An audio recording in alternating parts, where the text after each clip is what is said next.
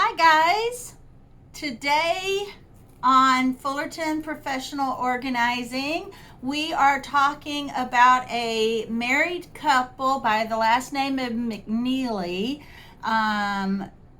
Talaat and Tai McNeely. They are getting on the same page.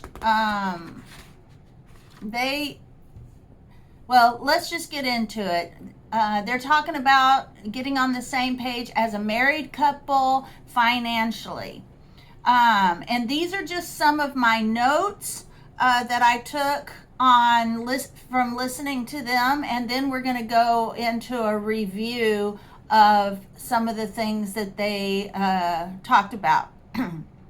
So, from my notes, they say earn income equals they talk about earned income, manage income, invest income, build wealth, and then pass that wealth down. And they say that where people get stuck is on the second one, manage income. So they go from earn income to manage income. That's where people get stuck, and then they never do get to invest their income, build wealth, or have what they call a legacy to pass down to their children. You have to fight for your financial well-being. Financial freedom gives you control. What will your life look like in 5 years? They want you to ask yourself, if you were out of debt, what would your life look like in 5 years? If you were still in debt, what would your life look like in 5 years? What would your life look like without the financial stress? Next, they talk about the cycle of frustration. One is disbelief. The disbelief in where is my money going?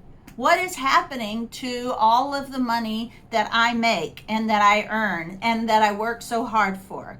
Two, they talk about determination. You're determined, you're tired, you want to do better. But then number three, depletion. You see a sale, you buy a shirt, and now you need shoes to match. You go from wanting to do better to spending your hard-earned money, and now you're back to the beginning.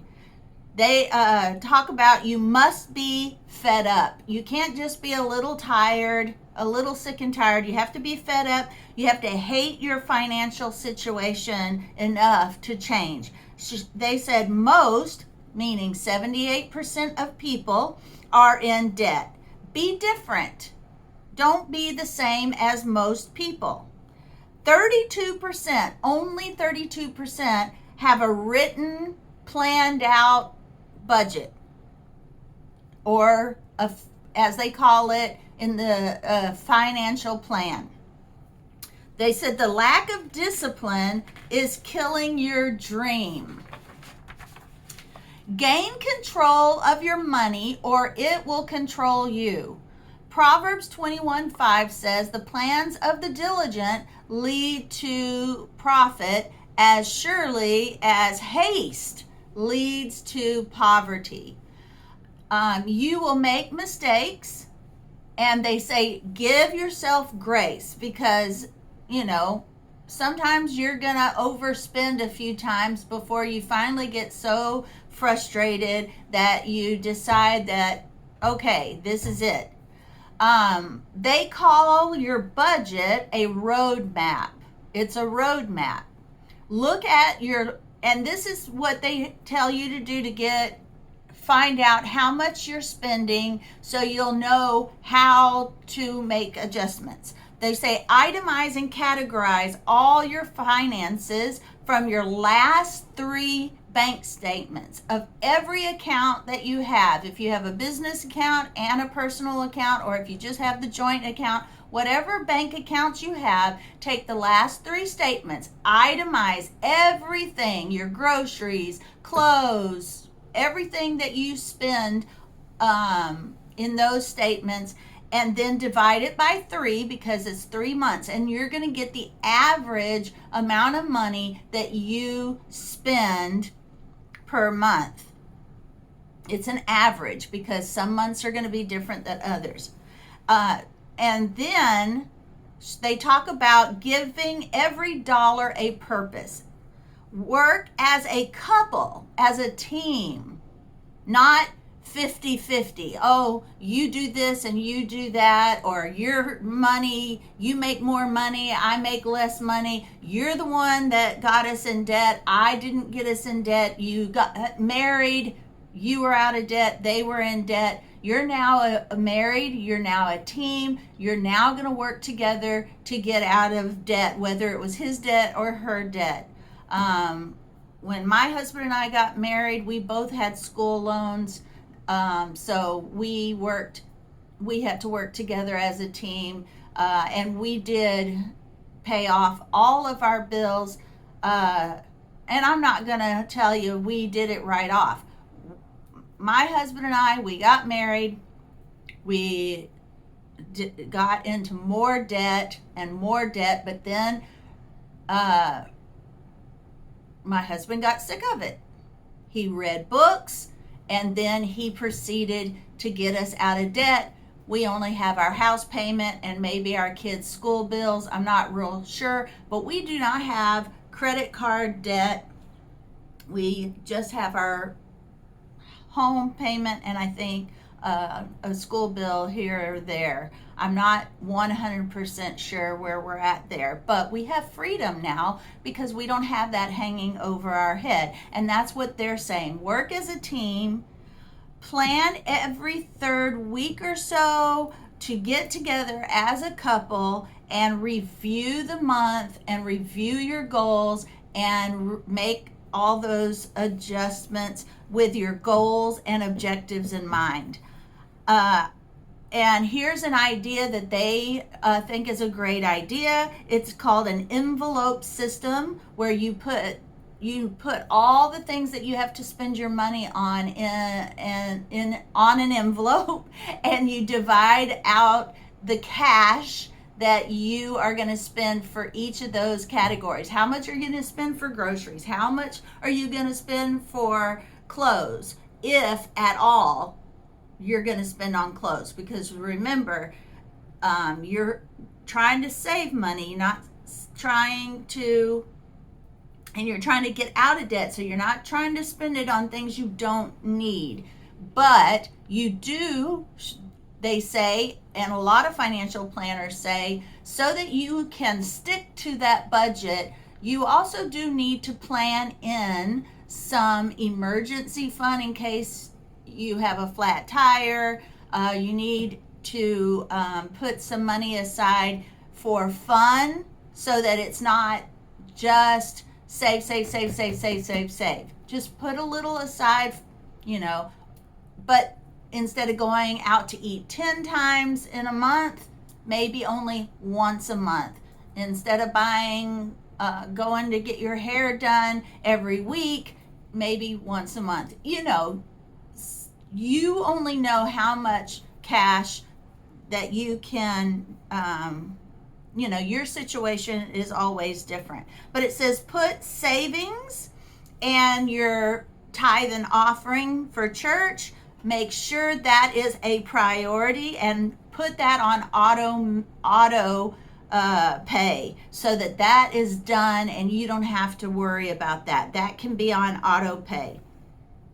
Every time you deposit your check, it automatically goes to savings and to your church for tithe and offering, and then you can budget from what's left.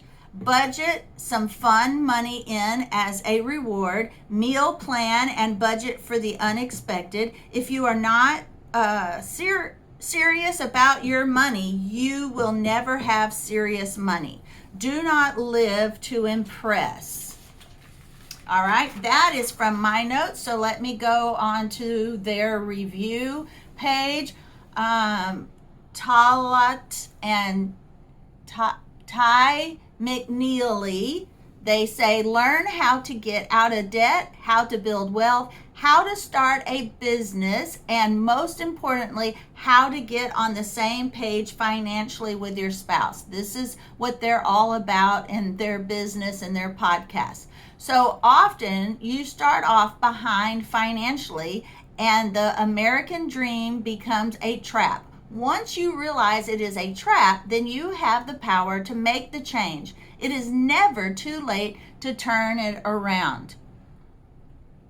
Now, they say Talaat and Tai, I may not be pronouncing their names right, but the point is not how to pronounce their names. The point is the way that you start to get on the same page is to start with a dream, to start by allowing yourself to think big, to think that no matter where you're at today financially, there is a brighter future ahead. If you guys put in the work, if you guys come together, if you guys stay disciplined, you can get to every goal, every dream, every imagination that you have in your mind to do. Recognize that you are in a battle for your income. Too often we manage our income very, very poorly. Once you turn this around, you can definitely be up in an upward trajectory. The truth is, your only hope is found in financial freedom. Freedom is the key word here because it allows you all to have control of your own life, control of your own destiny. It is not magic. Literally, if you put one foot in front of the other, if you do the right principles, and if you manage your money wisely, you will see positive results out of your money. Realize you are going to make mistakes and give yourself some grace, but don't stop. Pick yourself back up and get moving back in the right direction financially. Now, here are some things they suggest. Start by thinking ahead. Take some time and ponder what will your life look like 5 years from now. Use that picture to dictate the decisions that you make right now. Now, you have to get fed up. You know that more is out there, and you know that if you do the work, you can change your situation. But it starts with you being completely fed up. That is the launching pad to do the work needed to change things. Create a plan for your money that starts with a budget, tracking your spending habits, and giving every dollar a purpose. Plan financial meetings together with your spouse. Put it on your calendar and repeat it every month. Meet together and go over your finances.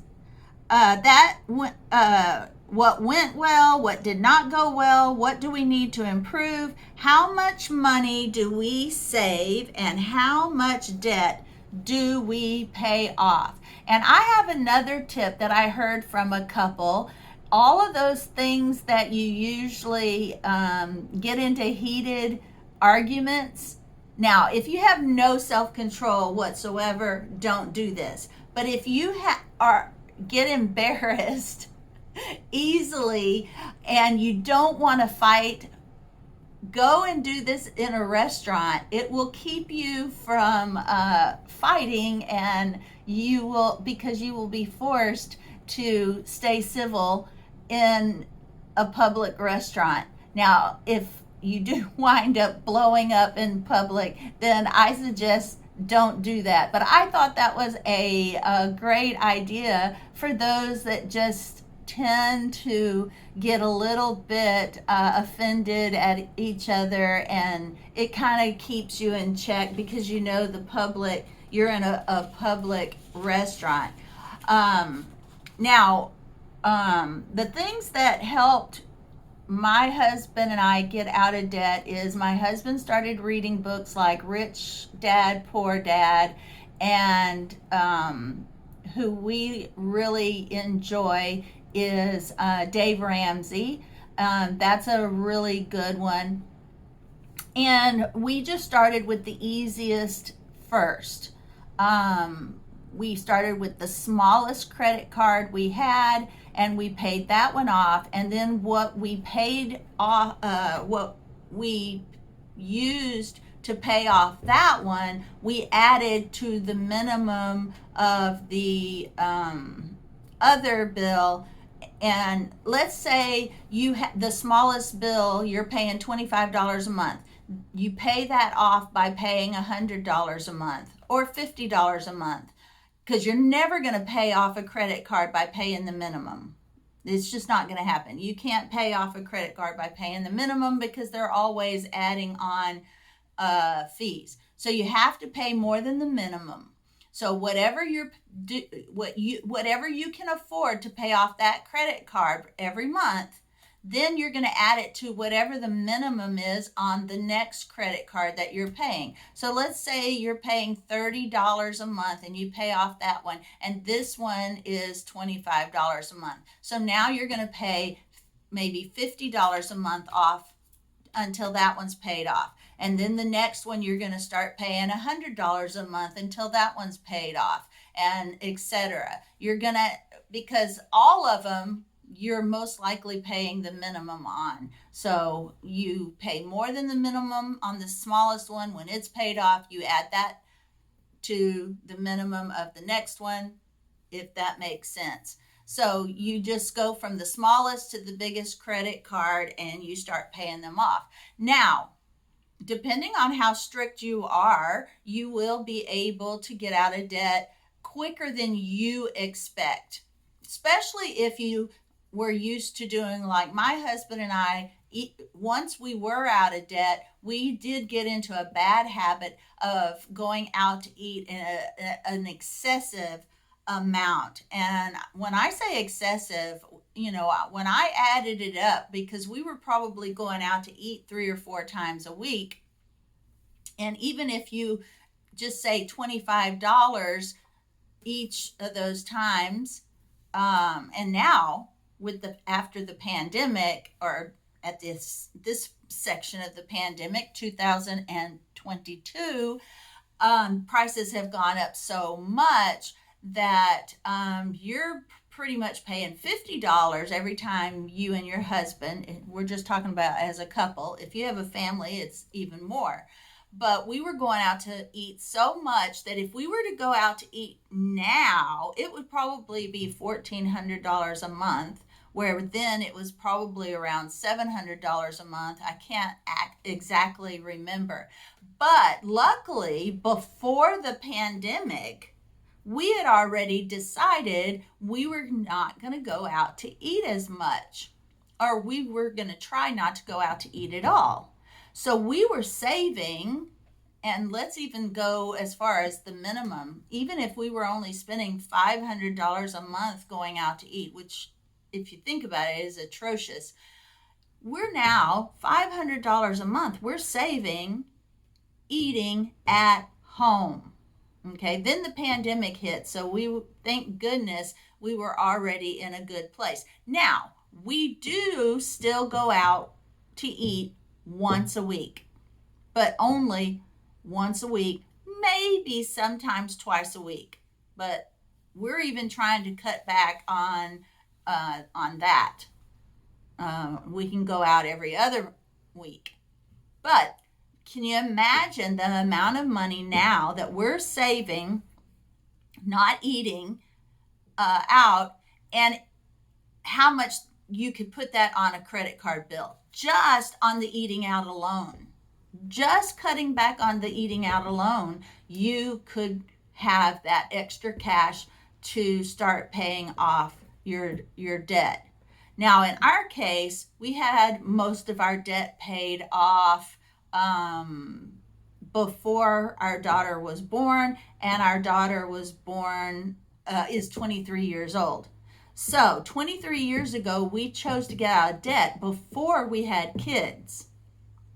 Now, has our, finances been perfect in all that time? Absolutely not. But because of that, we had more freedom. Okay? So now they're both of our kids are in and out of college, so we do have college bills and our house payment. But for the most part, unless we still have a car payment, we're pretty much in a really good place because we definitely don't have credit card bill. And because of that, we're empty nesters. Now we recently had the freedom to go on a really nice vacation to Colorado, and we really had a great time. And while we were there, we didn't have to worry so much about, oh, I can't even buy a souvenir. We can't even go out to eat. We're enjoying this vacation, but we can't spend any money at all. Now, we still, we try to not spend on things that we don't need. We didn't buy a lot of souvenirs. We didn't buy a lot of knickknacks. We bought our son some socks. My husband bought a cap.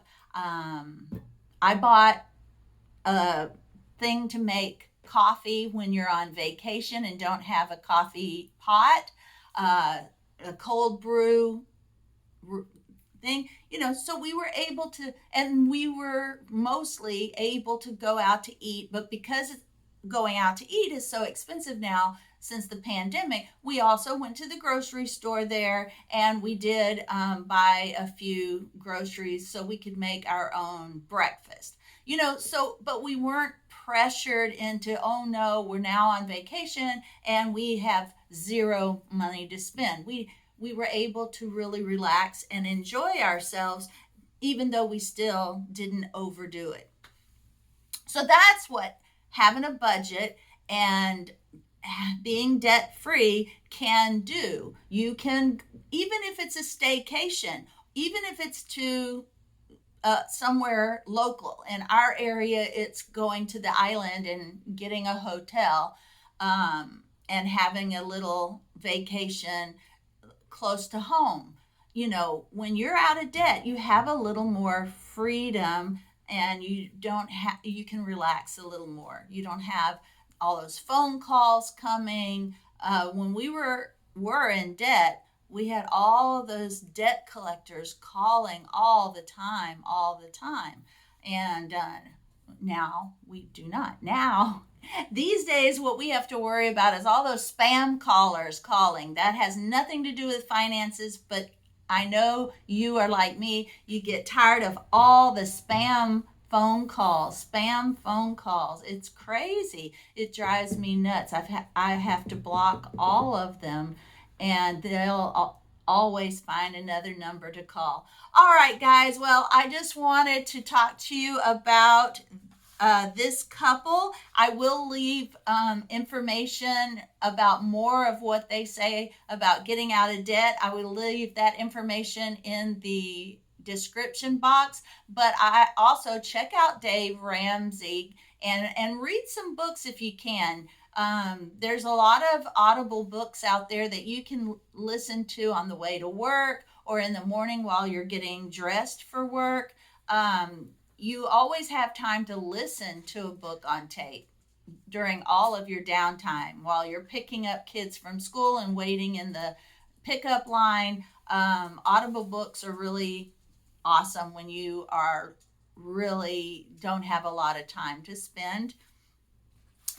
And I will see you on the next podcast and the next YouTube video. Thank you for watching, and I'll see you next time.